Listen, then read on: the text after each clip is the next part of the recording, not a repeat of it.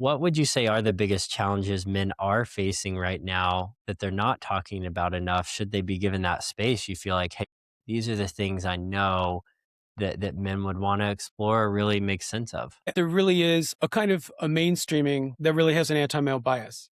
I think that's a huge problem. I've been tracking this since my first book came out, and it really is a strong message. Times subtle, but at times really strong message that really does try to physically and overtly and covertly remove males, from the more important conversations. And again, this is showing up in pop culture. So for instance, to give you an example what I mean, I remember watching streaming shows on Netflix with my family and saying an example would be one that was going back, I think like maybe 4 or 5 years ago was Willow. And Willow was a great movie that I remember, from when I was much younger. And it was kind of like, following that forward and making it into a series. And the main characters really were these very empowered women, and no problem at all with that. But it really kind of mirrored what was happening and what still is happening with so many narratives in pop culture of having women being the ones who are making the smart and hard decisions, really being grown-ups. And the male characters were really kind of buffoonish. And they were these kind of archetypes of clownish, irresponsible, reactive characters who couldn't be trusted. And ultimately, they really had to default all the time to the strong female leads. And I think that it's extremely important, of course, to have strong female leads, but that really became the norm more and more. And the message that sends, to younger viewers who are far less discerning is that we don't have it. This isn't our role, and this isn't who we are. And, we should only be defaulting to women because they always have the answers. And I'm not saying that there aren't a lot of women that don't have the answers, because they sure as hell do. And they're great leaders, and they're people that we absolutely should listen to. But we shouldn't be only listening to women at the expense of not listening to men. It's not either or, it should be both and. And I feel like we're not there yet, but we're slowly kind of coming back to having a little bit more balance, in pop culture. And we're not there yet, because I think that there still are a lot of detrimental messages about masculinity. But I think this is a time that is very confusing and very disempowering to a lot of boys and young men. And I heard this time and time again in the high school juniors and seniors that I interviewed, and the college freshmen that I interviewed, you know, and they couldn't always pinpoint the messages, but they knew in a larger sense, this is how it feels. And, when you start to hear enough of that, you know that something is afoot. You know that there is a trend, that there's a reason, that there are so many older boys and young men who would just feel so lost. They completely have lost their true north. And it's not as if we're doing a good job of giving them that inner compass, because we're just kind of letting them, sink, really. And we're only really starting to wake up to it and starting to say, hey, something is wrong. We probably should be throwing these guys a lifeline. But what we're not doing yet is we're not really, stepping backwards and saying, what are the ways that they're really falling short? And more importantly, what is it that is causing them to fall short? And what can we do to kind of really give them this lifeline back? Because we still are not raising boys at all, you know, to really have the toolkit that they need to succeed today. We're still raising boys in like a 1.0 version, where we have expectations for them, to be far better communicators, to be far better collaborators, to be more self-aware, to be more empathetic. There's all these wonderful skills that they need to succeed in school and in the workplace today, but we're still expecting them to get it through osmosis. And if that doesn't come naturally to you and you're not being taught these things, you can't just go around shaming boys and young men for not having these things all the time, which is what we're doing. And then really, it really just makes them feel even more marginalized. Like, this isn't where I belong. I don't fit in here. And I probably should just kind of retreat. I don't know where I'm going to go, but I probably should just retreat, because I'm not really part of this future where we're headed, because I don't have this skill set. And I don't think it's a coincidence at all, that this is happening right now, because I think a lot of boys and young men feel that I'm a decent person. and I want to have a relationship, if there's cisgendered, with a girl, and I want to, I want to like succeed in something, and but we're really not giving them much. We're just saying this is the way you're supposed to be. Figure it out, and that's not enough. That's not enough for them anymore. They need more guidance structurally along the way. Yeah, I think that's really well said and overviewed. And what comes to mind is how there used to be this dynamic, especially in America, of in agrarian society. Essentially the boy would be alongside with his father, watching how he did things. Now, where that is limited, and I'm glad we've moved beyond it, is the notion that, it's primarily working with your hands and having physical strength and ignoring your emotions, that there are particular ways that we emulate a father or a male role model. And I'm glad we've moved beyond those. I think the issue is when we move beyond those, we lost the relational dynamics and the greater systems which allow younger boys to connect with older ones intergenerationally in a way that felt like boys had not just a model, right? But also access then, because the complexities of and variances of different types of men, different types of models. So they could say, well, like, I really like how I see Andrew communicate. He has just a way with words, but Wes, he's really good about getting his health in check or whatever.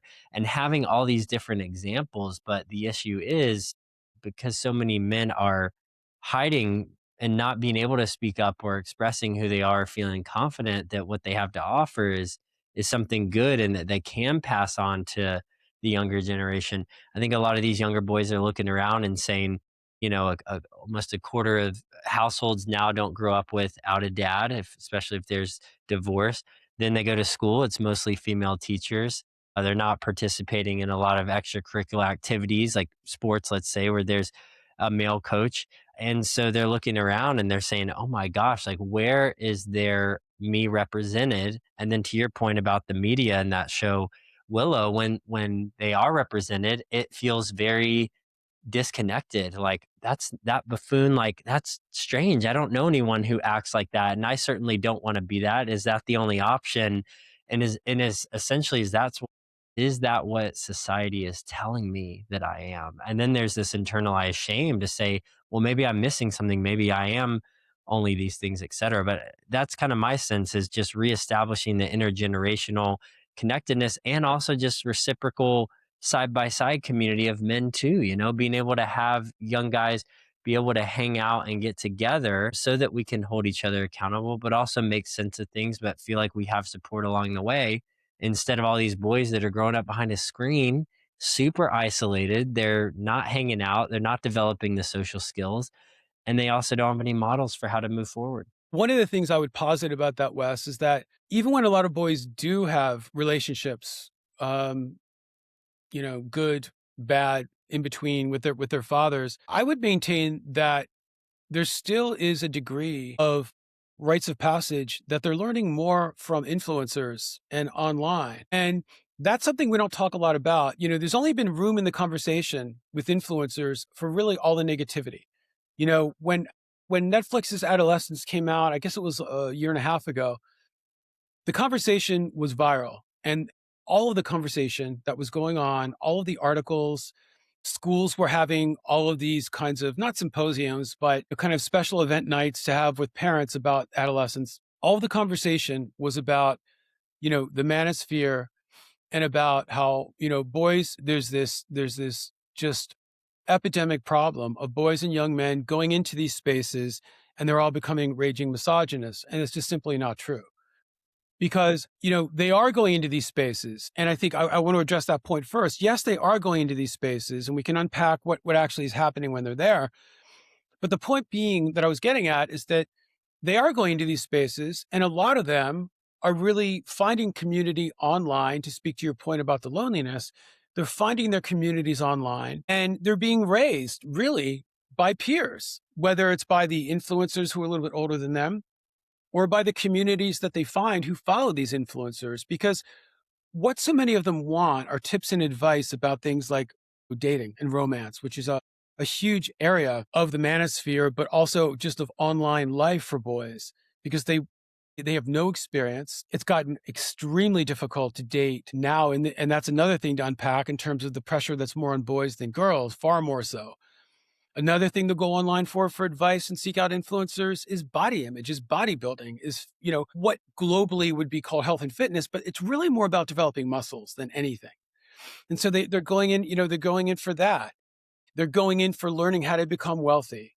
Because as you just spoke about a few minutes ago, you know, there's such a dearth of boys and young men who aren't just not going to college, but aren't staying in once they're there because they're seeing the debt as futile. And so what they end up doing is they turn to these influencers who have these get rich quick kind of, notions about getting into, crypto gambling, getting into cryptocurrency, be a content creator. And it's, they have all of these little academies that these influencers set up. And so all the parts of boys' lives that they're being told, these are the things that are important. If you're cisgendered, how to get a girl, and how to get a girl at a time when it's becoming harder and harder to make those inroads, how to have the kind of physique that you really should have to be a successful male, how to become a successful male with wealth. These are some of the most common areas they're going into. And this is all independent of fathers. So much of the community and the affirmation that they're getting, even if there's a father present, has nothing to do with them. And so it's not as if fathers are going into these spaces with boys, and that boys even, would even want them there. So it's a difficult time because I agree with you that fathers absolutely do need to play more of a role and a presence. And their online lives, which are so predominating, are so difficult to really kind of hack because it's really not a space for anyone but these guys. And that's by design, by the influencers. So we're at a really challenging time right now. Fortunately, even though we're not out of the woods, we're slowly starting to understand this. I was just working on a chapter for my book about the Manosphere. And so, a lot of this is very fresh in my mind right now. Tell me about where you think we are with masculinity today. Is there this concept of being a man that's actually changing, or are we just talking about it differently, but the concept in and of itself hasn't changed much? Yeah, I think it's both. The starting point to take the latter part of your question, I think that, we talk a lot about it. There's a lot of conversation about masculinity, what it looks like. And I think that I think a lot of the expectations have remained the same. I don't think, to be honest, a lot of them have changed um, in the past, 20 or 30 years. I think there's still a lot of expectations about traditional masculinity, ways of behaving, ways of speaking. I do think there have been some changes. And a lot of the changes really began, I'd say, within about the past 10 years. We really kind of started seeing a return to I wouldn't say like a softer masculinity, but I'd say a more kind of masculinity that really allowed for, different permutations. Whether, a lot of it had to do with appearance, with the way guys were dressing, with self-care. Um, and and also starting to open up a lot more and, getting involved in men's groups, which has really been more of, I'd say, over the past like maybe 5 or 6 years, we've seen a lot more of those, really, forming. And that said, there also has been kind of a retrograde masculinity that has been growing bigger and bigger. What happened really was that about, within the past 8 or 10 years, we really did see this kind of more, as I said, fluid masculinity that was becoming a little bit more customized in terms of what guys, how they wanted to show up, how they wanted to be a man. And then you had the rise of the alt-right, you had a growing, really kind of rigid conservatism that wasn't just rigid. It wasn't so as much rigid politically as much as it was culturally in terms of expectations. And then that has really grown and gained a lot of steam really over about the past 5 years. And as we've seen, it's kind of been concomitant with the rise of mainstream feminism, really. As we've seen a feminism becoming more mainstreamed since Me Too, as that's grown and changed and really kind of morphed a little bit more, concomitantly, we've been seeing on the far right more mainstreaming of a masculinity that is very much retrograde, that is very much not just traditional, but getting to the point of being more hyper masculine. We really have seen a growth in that and that's become more mainstreamed. So I think that in some ways we haven't changed with the rise of this retrograde masculinity that is very rigid. And at the same time, we have seen changes because we still do have a lot of men who are realizing much more about their struggles. They want to get help for their struggles, which is brand new for a lot of guys. And they're embracing the idea of self-care, not just, in terms of appearance, but in terms of mental health, in terms of, a little bit more physical health.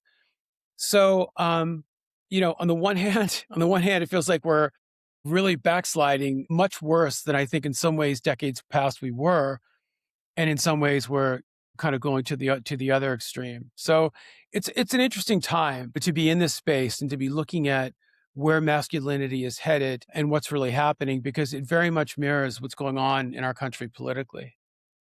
Yeah, I think that's well said. What came up for me when you were talking about the self care is I think even this deeper realization how many men have a low sense of self worth and how they are starting to realize, even though it's probably a bit more aesthetic, though it looks different than women, obviously, men are starting to realize there is a need for that, that you can't just grin and bear it and, only take care of the, I guess, financial components of your life because that narrative has fallen as well. I think of just the value that men are even able to get in society. I think now with the average man not stepping into full time work, committed relationships, all those things, that the self care is a reflection of needing to have a more holistic approach to who you are as a guy. I think that's certainly true as well. And yeah, you're right. I think politically, it seems like the issue to me is the gap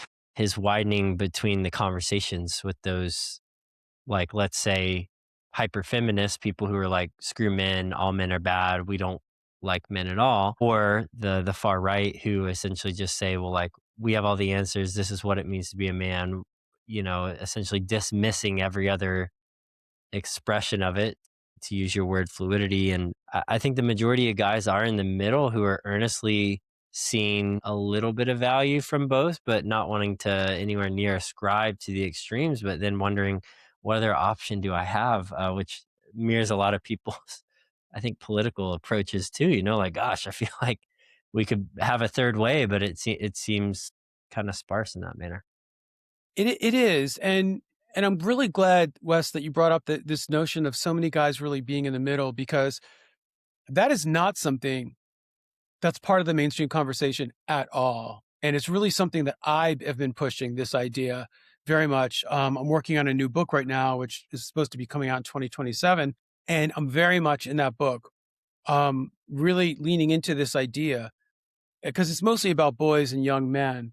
But it really much is the idea that we're really not doing a good job of really listening to older boys and young men, especially when it comes to who they are, what they need and what they want.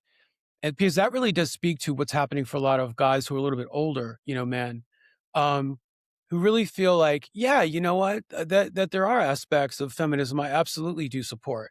And on the other hand, when I hear these guys that can sometimes come off as whack jobs on the really far right, they do have some valid points, about the ways that men are being talked about and treated when it comes to mainstream culture, because there really has been, a lot of, you know, denigration of all masculinity. There's been a lot of contempt. I mean, I could go on ad nauseum about all the examples in pop culture that really do speak to not just a contempt for masculinity and for men, but really a kind of gradually removal of men from the kind of pop culture conversation. And I could go on with lots of examples of that.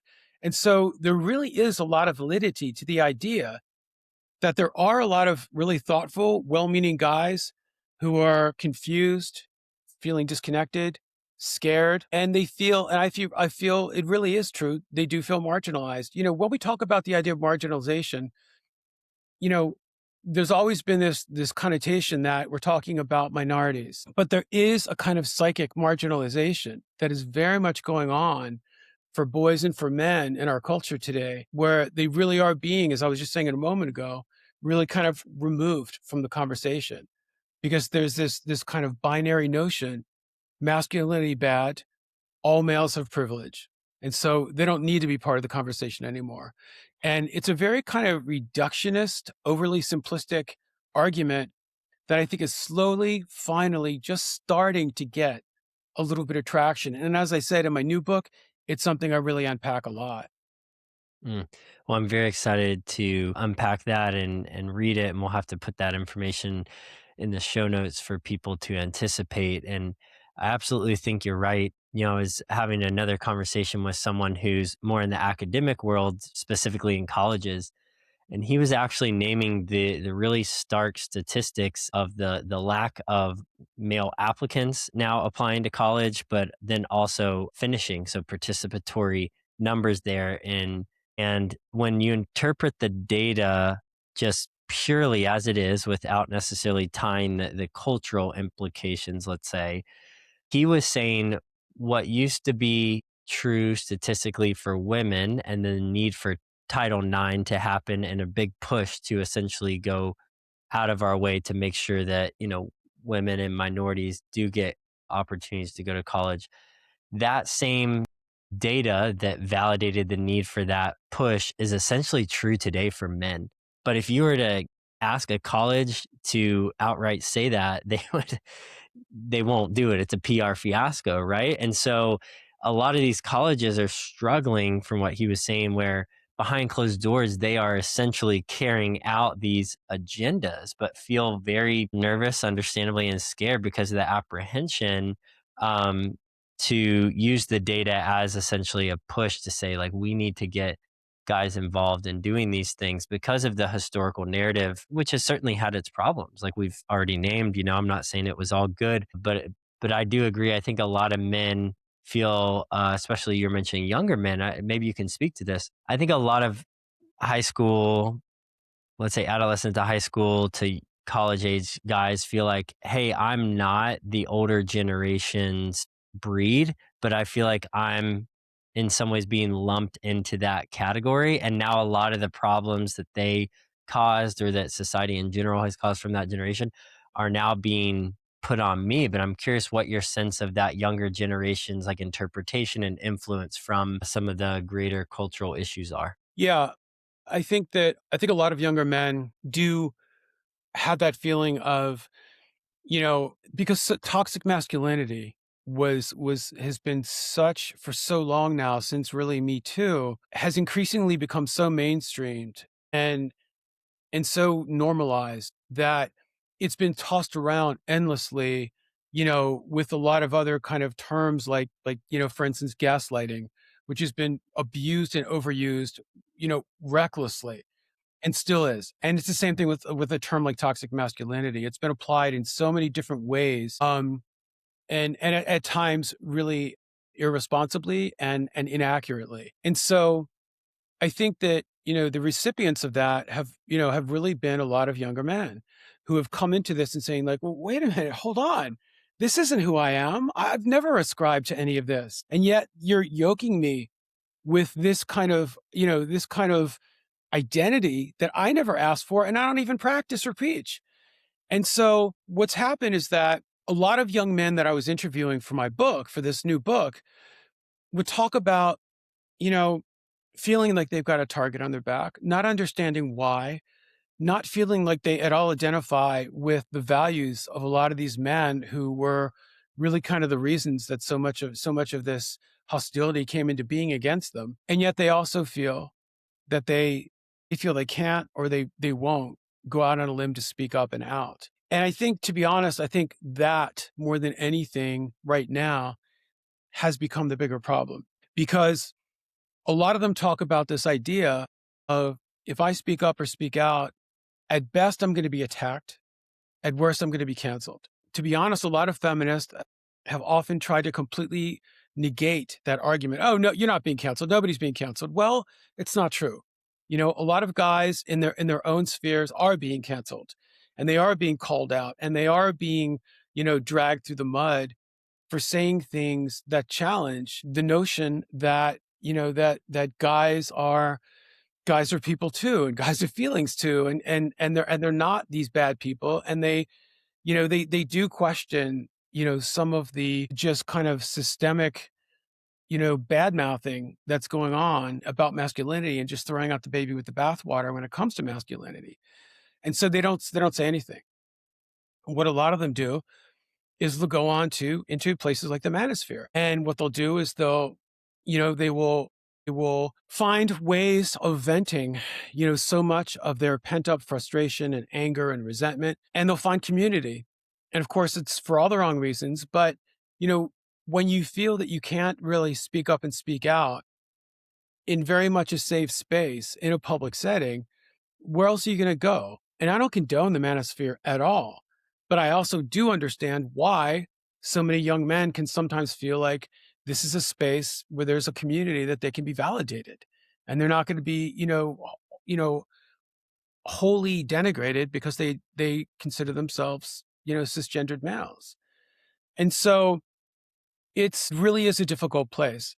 But I feel like in some ways, we really kind of need to move beyond, the finger pointing. And because I mean, we do need to call out the problematic narrative about men that still is going on in many mainstream publications and, online and in a lot of different platforms. But I think one of the things that needs to happen is guys need to find ways to speak up. Because what often happens is that when the few guys do speak up, people who feel offended or challenged by what they're saying will say, "Oh, you're just, you're just, you're just like some kind of toxic man from Manosphere, or you're part of men's rights."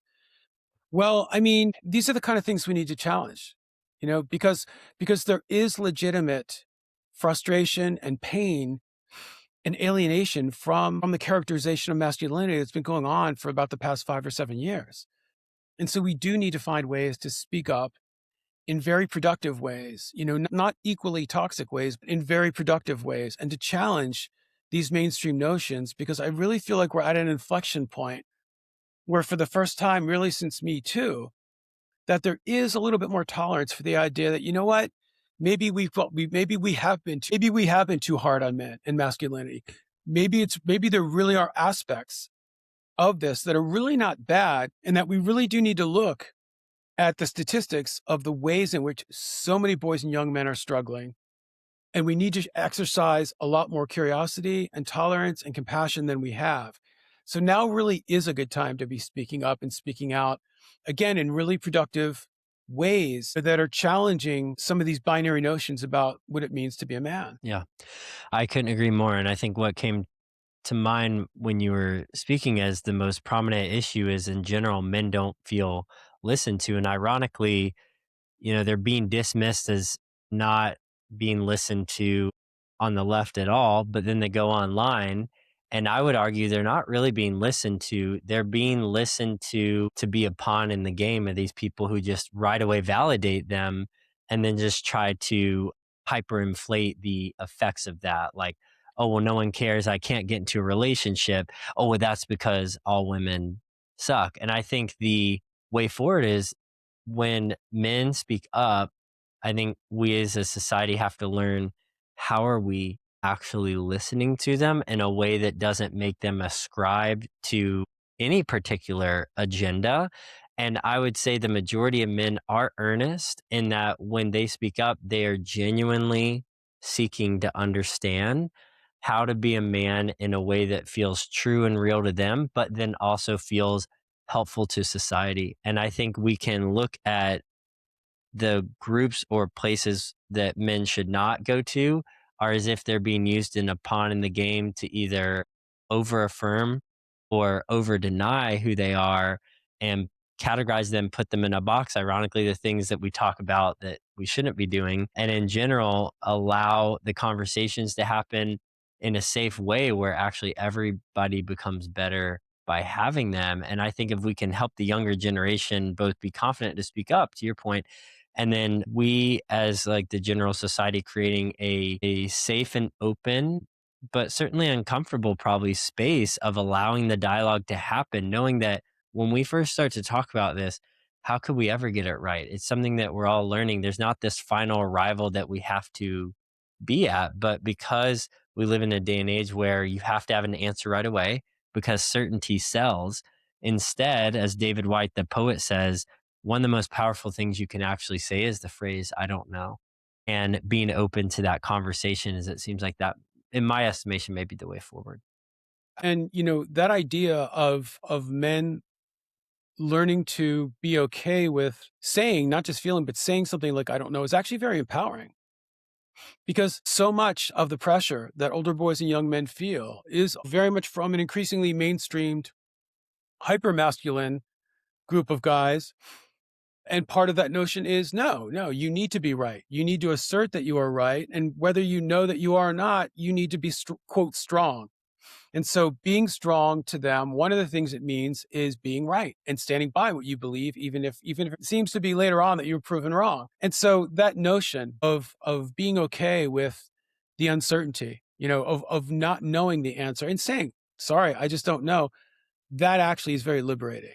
And a lot of guys don't realize that. But once you really embrace that and accept it, it's powerful because it's liberating. It's throwing off these shackles of certainty, which really just hold us back. And you don't know that until you do it, until you embrace uncertainty and say, I'm okay with this.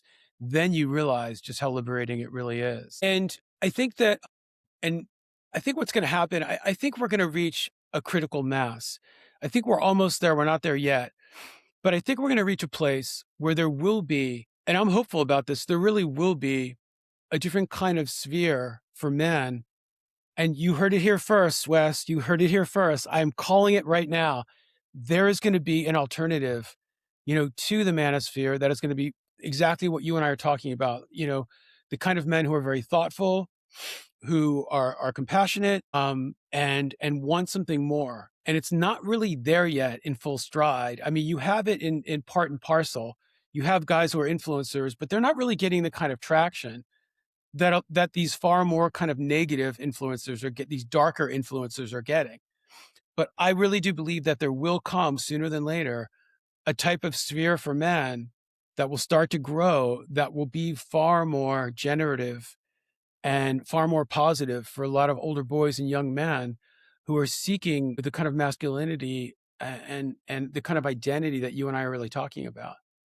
Yeah, I think so too. If boys are going online to ask these things, I would throw in spaces like Reddit and Discord as well. And the influencers are obviously telling them something, and there is some good out there. I think the issue, though, is that, the minds are so malleable and young, they don't have the ability to discern, like, what this person is saying may be helpful, but not to that degree. It just becomes this all or nothing. So it's like, I'm going to shame you if you don't fully get on board and you're not here, or I'm going to fully praise you for ascribing to this. Do you think that we could do a better job, or let's say a helpful way forward would be to equip fathers with essentially answering these questions or giving guidance in these areas so that their sons can move forward? Because the interesting, I think, conundrum, right, is that in today's day and age, the average dad sees their kid, I think something crazy like multiple hundreds of percent more than previous generations because of work from home and all that stuff. But yet, now because of the technology, that same technology that allows a father to see their kid more is the same technology that's pulling their kid away online to either talk with their friends or seek this advice. So I'm wondering what the role of technology plays in as far as informing these young men, knowing that the fathers can't be the only source. But it seems like we both agree that the father should play more of a source. I'm wondering if some of the guidance and insight that these boys are finding online, we could equip fathers and male role models to give in order to equip boys more directly and relationally. I think ultimately we do need to figure out how fathers can play a role in this. What way they can play a realistic role in something that is really not designed at all for them. And again, it is by design. Influencers develop their brands and make their money by virtue of becoming surrogate fathers. They really do. I mean, that's what they're doing. They keys, to all the locks that the boys, want to get into, all the Pandora's boxes that the boys want to get into dating, into wealth, into body image. Maybe it's, also into other areas as well, but those are three of the most common.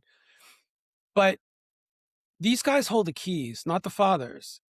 And so that's their belief, is that, this is really where I need to be. And this is where I get all the strokes that I need from other guys online in this community. So I think what we need to do first is have a much better understanding of the manosphere, of these influencers, because one of the things the conversation is still lacking is the nuance of the manosphere. And to give an example what I mean. So, as I said before, with adolescence, the conversation was about all the toxicity that exists in the manosphere. And of course, there is a lot of it, God knows. But there also are some positive messages that guys get that they need to hear. When I was in the car with my now 14-year-old son a year ago, he was 13, and I asked him if he knew Andrew Tate, if he knew of him.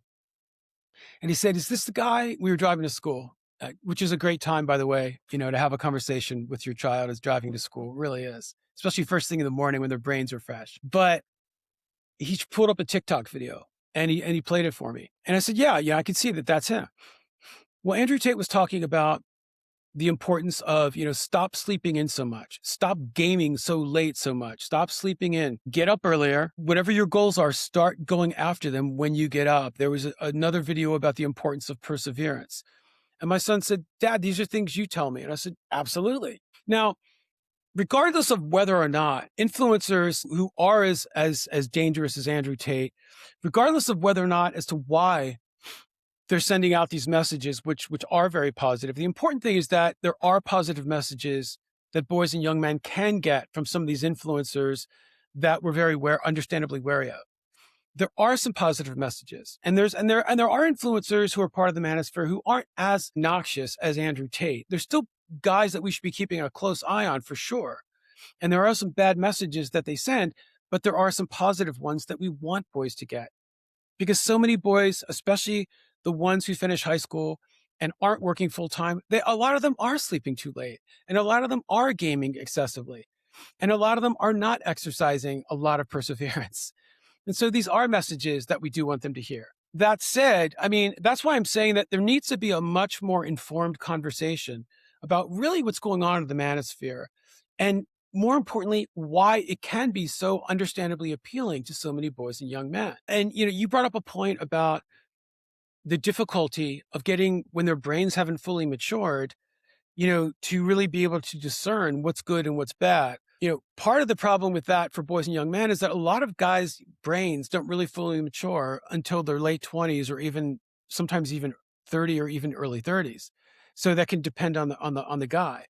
But a lot of their brains really don't fully develop until they're in their late 20s. So clearly that can be a problem. But that said, one of the things that was heartening, Wes, that I heard when I interviewed for my book, some of these guys, especially later high school, early college, what they said was that, yeah, I started following this guy and he had some positive things to say, like Hamza or Andrew Tate. And they said, but, when he started kind of going into this misogyny stuff, that's where I cut bait. That's where I thought, I'm done.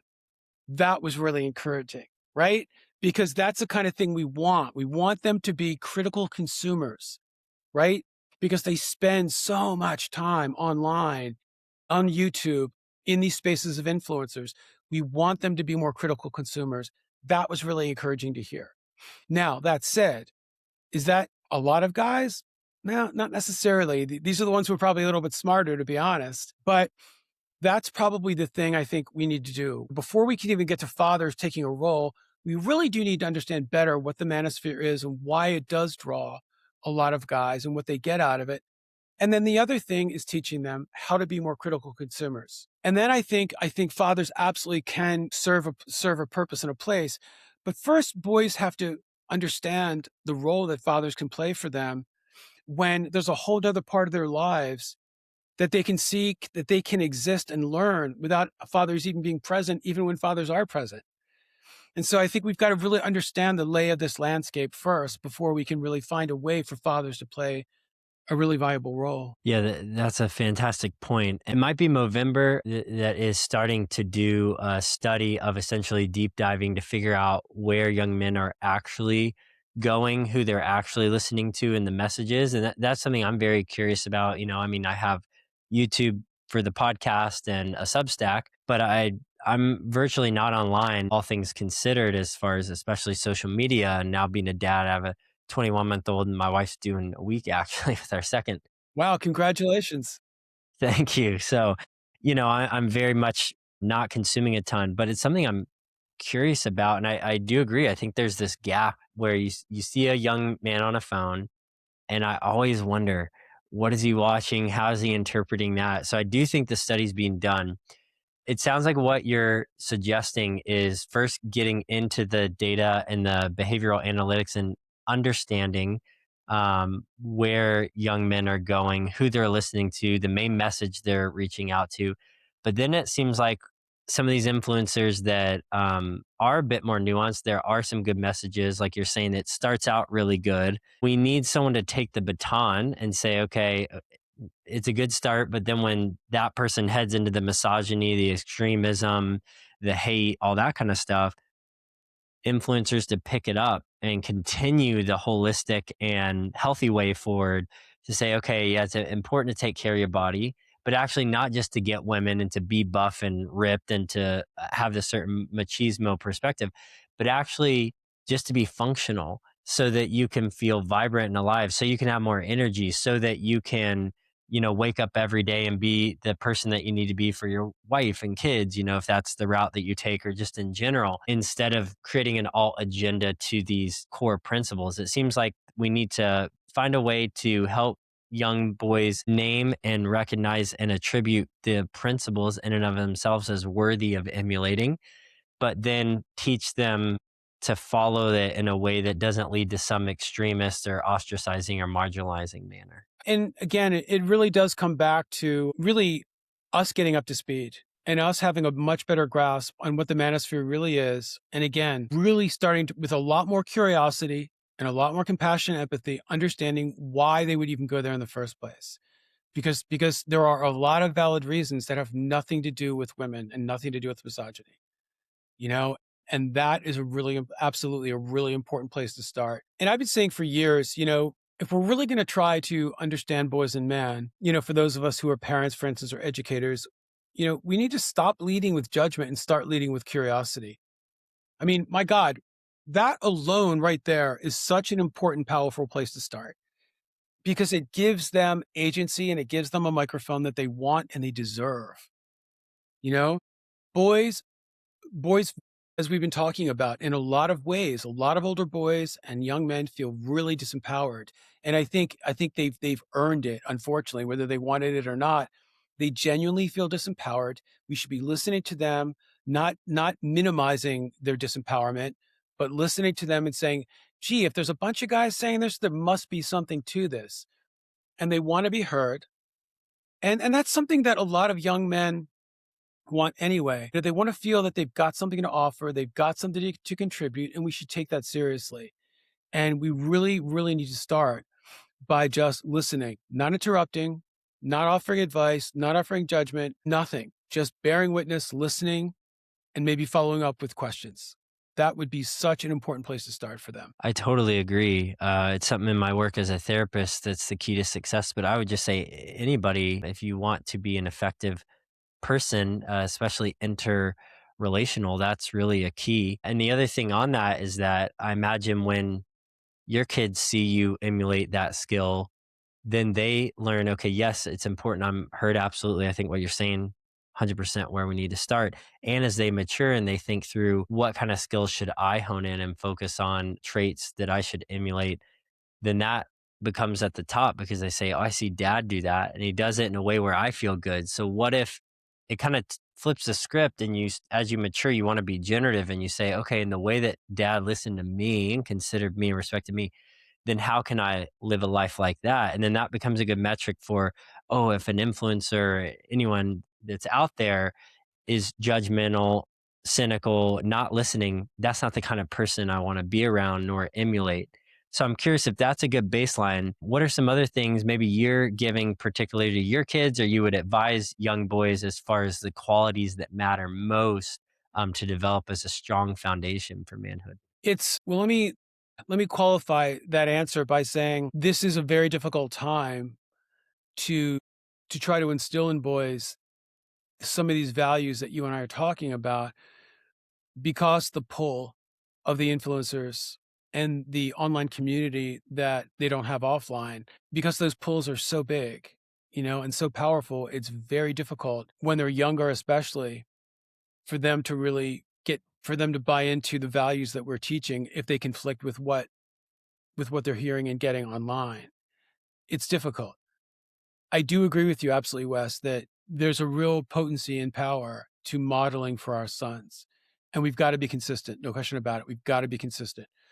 The other thing I think, and it's hard for me to remind myself of this with my own son, the other thing we've got to remember, and I keep reminding myself, is that their brains and their understanding of the world is changing. It's not static. It's not fixed. Thank God. Give them some grace. Let them be who they are, and stop cringing and stop reacting, and just accept the fact that we want to give them room to grow. The most important thing I think that we can keep doing, as I was saying a moment ago, and you were saying before, the importance of modeling, and really the consistency of modeling of the traits we want them to pick up.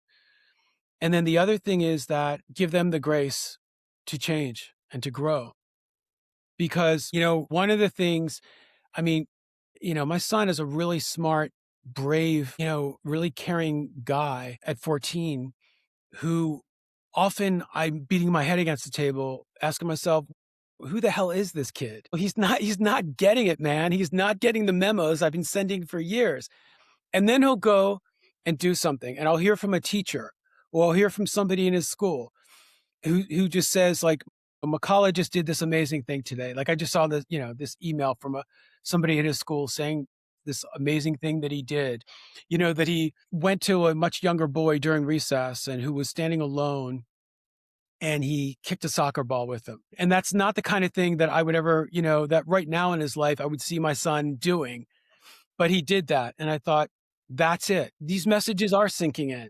So when we can get really small wins like that, and even though there is so much that they're saying and doing, our sons, that really challenge our ability to believe that they're getting the messages, it's important to keep the faith. It's important to be consistent with what we're trying to teach them, and to not let up on that. And also to trust that it is sinking in, and that these, again, that who they are now is not static. It's not fixed. They will continue to grow. And one of the things, as my son tells me flat out, give me room to be myself. Thank God he says that to me, because I need to be reminded. But we've got to remember to do that. We've got to give them some room and some grace, because they will appreciate that. And if they keep getting the consistent messages of what's right and what's wrong, that will be inculcated. And we've got to trust that to give them a little bit more wiggle room, and to give them the microphone, and trust that they can make some mistakes. You talked about this at the outset, about the time that we live in. The time that we live in is very rigid and very perfectionist.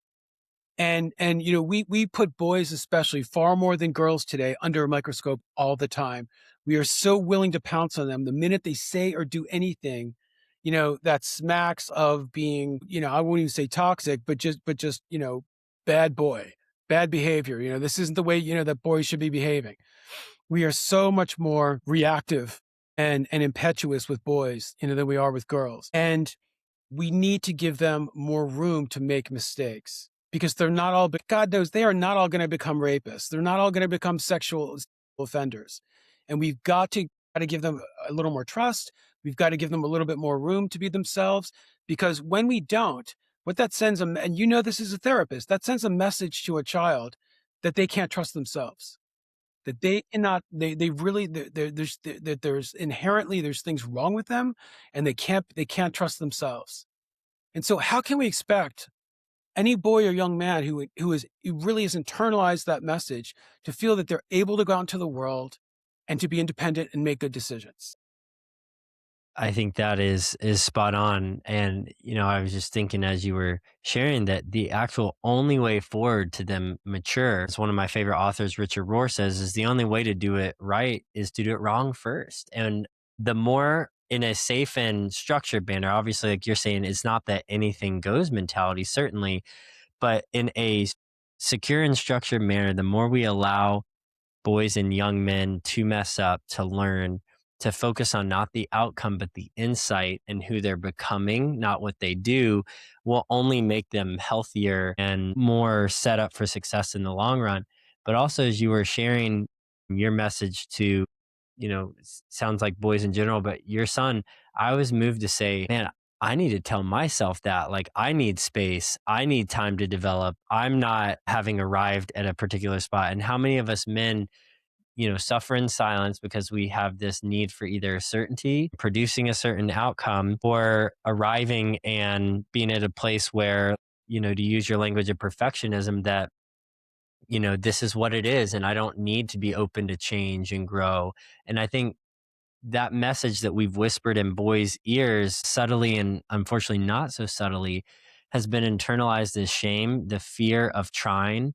And the only way any of us as men, whether you're a young man or, you're my age, your age, it doesn't matter where you're at in the developmental stage, the only way you're actually going to mature and to become a holistic, authentic person is by feeling safe and supported enough to take risks, to learn from them, to take responsibility for them in a way that makes you better and continually iterate. And then, as you're saying, not to fixate on this is what it means to be a man, but now circle back to the first question that I asked. It's a constant refinement, iteration of what it means to be a man that's gone more like a journey than a final linear process. It really does need to be this, we really need to, men also need to look within themselves, and to say, what is it, what ways am I holding myself back? You know, what are, what are some of the old dogmas, that I'm still clinging to that is really a form of masculinity perfection that are holding me back and that are holding me back from being a better me and a better parent or a better whatever, whatever noun you want to insert, whatever role. One of the things that I've been working a lot on myself, and it's hard because I teach in a university, is giving myself grace for not saying or acting in a perfect way all the time. That's always going to be, ways that my students, that are very PC, always expect that. And, sometimes like if I slip up and say something, um, to give you an example, like, I mean, sometimes I'll be teaching and I'll mispronounce somebody's name and they all start kind of tittering and they all start thinking, oh God, like, here's the older white guy mispronouncing a name. And I'll say, look, man, you guys don't make mistakes. Let's all give each other a little bit more grace, because we're all human, so give me the same grace you give each other. And, when they hear that, I can tell it registers. They're not expecting it. I'm not saying anything to get shock value. I'm saying it because, it's about, you know, letting go of these shackles that do nothing but disempower us and that hold us back from growing. We cannot grow, and this is important for men to realize too, because women are great at understanding this now. Men need to learn it too. We cannot grow and be the better versions of ourselves if we're constantly holding ourselves back and saying, there's a form of perfection I need to follow. And that can be a lot of different things we know with masculinity, not just being right all the time. But we need to give ourselves grace. Even if people around us are not giving the grace that we want, we should ask for it, by the way. We need to give ourselves that grace. I mean, talk about empowering, my God.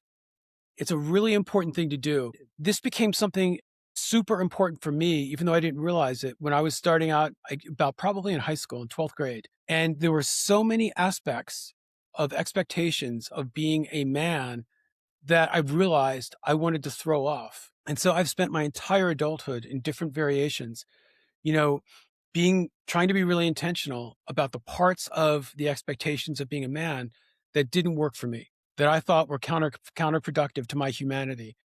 And so those are things that I've worked a lot on, literally liberating myself from. And so believe me, I come from a vast experience of this idea of liberation. It's a really important thing for us as men and just as humans. If people won't give us grace, we've got to learn to give ourselves grace. because that's the only way we're going to grow. Yes, I couldn't agree more. And I think on the final point for me on that is, through these conversations that I've had on the show and then also just at my therapy work and, reading and researching men, unfortunately, there's one common theme I tend to find is that most guys I talk to do not just feel worthy, innately good, that there is something worth connecting with and loving about themselves. And I think that's the challenge and invitation to any guy out there listening is that you're not going to get what you need fully externally. You have to learn internally to say, no matter what happened today, no matter what happens in my life and in the world, like, how can I give myself that grace? But you have to think you're worth it. If you don't, then you'll never give it to yourself. If you do, you're going to be more open to it, but also you're going to see how life cannot be this, you know, perfect, well put together thing, but you'll accept yourself on where you're at, but also realistically look at where you could be better without that judgment. And you'll see it as a dang adventure, as an exciting thing. And then when you're wrong, you're like, okay, that wasn't the greatest feeling, but you know what? Now I get to do better. Or I get to learn this about myself, or I get to help this person in this way. And it moves from this scared, combative, overly self reliant shell of a human to this beautiful unfolding of a man that really knows who he is and how he can give himself to the world. The last thing I wanted to say on that point is that the compass does have to be one, of course, that we develop, as you said, internally. Absolutely. Our true north, has to be our own, has to be one that we develop. And that said, we can't do it alone. We need to find other people in our life, even if it's just a really small circle, who will give us that grace when we can't even give it to ourselves.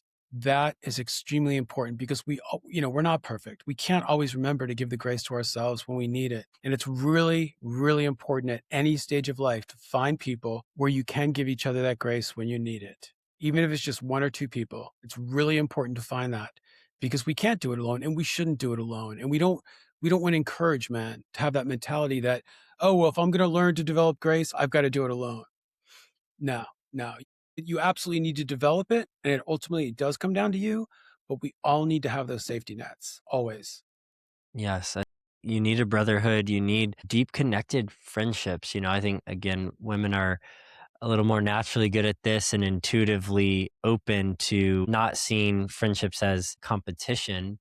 And I think that's the invitation for kids, your son's age to really say, like, hey, you need some guys that you can share with. I mean, obviously, you're that safe space at home, but to say, who are you interested in dating? Okay, what are you learning? That shared communal space and that what I've heard deemed, the death of the third space socially in society that we need to return to allow guys to connect. Yeah, I couldn't agree more. So, Andrew, thank you for sharing all of your wisdom and insight. And obviously, curious to hear where people can find your work and anticipate this new book that's coming out. Yeah, thank you, Wes. It's been a great conversation. It really has. I really enjoyed it. When my book comes out, it'll obviously be on Amazon and some other places online, and people can always get in touch with me if they have any questions about it. A Reiner, Reiner at Towson, TOWSON.edu, or they can find me on Instagram. Okay, great.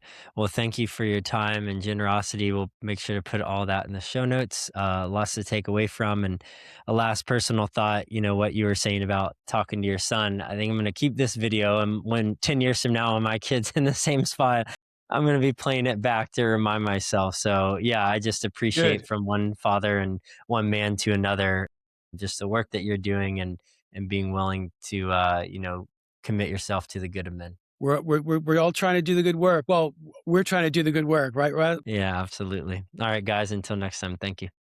Take care. Great talking with you, Wes.